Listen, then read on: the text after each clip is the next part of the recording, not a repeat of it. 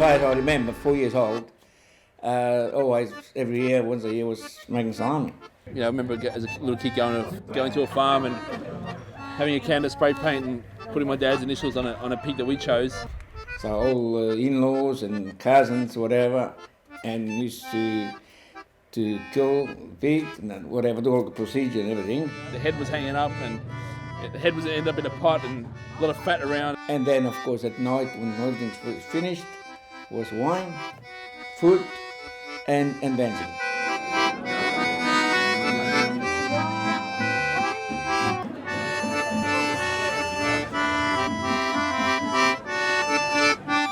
Melbourne has changed hundreds of times in that flow of migration, and it's the melting pot it is. Adding to the fabric of Melbourne being food, building, hard work, labour, all that sort of stuff. And the Italian culture as such has been forgotten a little bit, and we'd love to help get that back and make it freshen it up a bit. We love salami, and it's a great excuse to have a party and to celebrate that part of our culture. So many people ask me, you know, but is there people that actually do make all these salami? It's true, they're out there. And now this is a sort of a place for them to come to and join together and celebrate.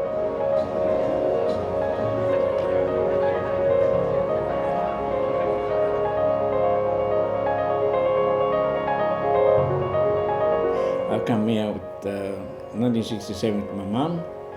I lost my father when I was 6 years old in Italy. And your mother didn't want you to go and work on the farm, so she sent him to an orphanage. And you were in an orphanage with your brother until you came to Australia, I think was age of 17. And she wanted to give the boys a better life. Yeah. So they decided to come back to Australia. You got a bit of emotion.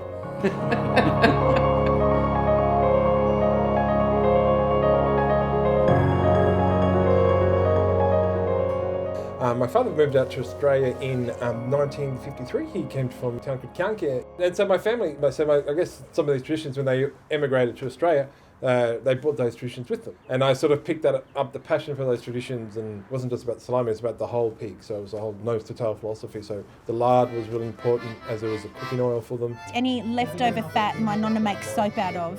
The whole idea of killing the animal is that you use every single part of it. But I think to raise your own pig and then follow the whole process is probably, that's the coolest way to go, I think.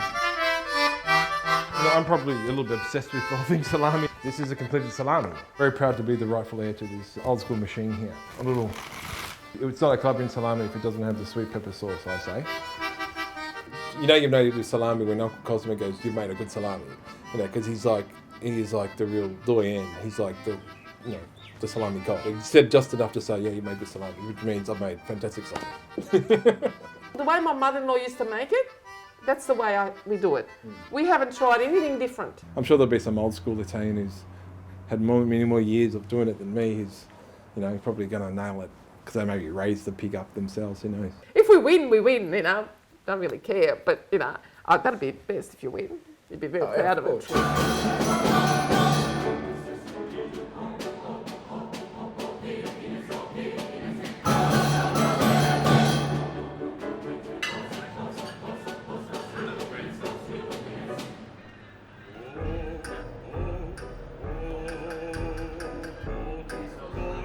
The judges judged all the salamis on 4 criteria, which were taste, colour, texture and aroma. I think we judge it again, we probably get a different result, and if we judge it a third time, the same might happen as well.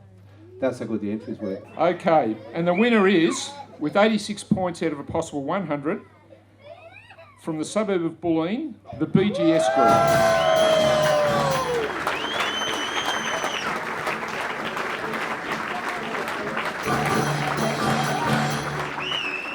The new generation's been doing it for 3 years, but the family's been doing it for generations.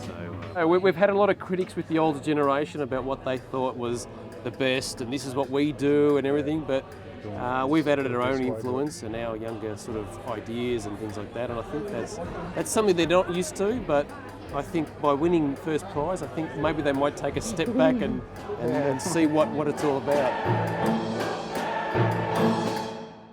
Apparently the judges don't think my family salami is in the top 3, but anyway. Fisticuffs. so I'm a bit sad today. All these families, like they all make their salami and do their traditional things in isolation, and so it's good for them to sort of come together with their community. And I think in their later years, to be accepted and embraced by a community that perhaps was a little bit hostile towards them 50 years ago, I think would be really satisfying. For me, it's important that these traditions and cultures and value stay within the community because it maintains our origin, we never get forgotten, and enhances, I think, the Australian way of life.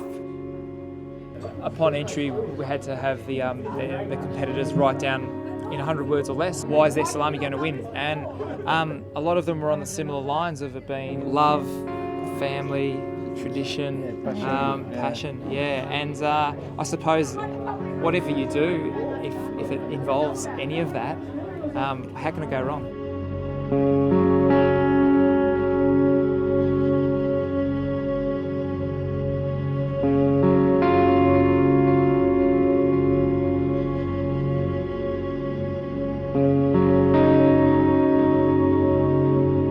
I think I'm going to smell like pork for days.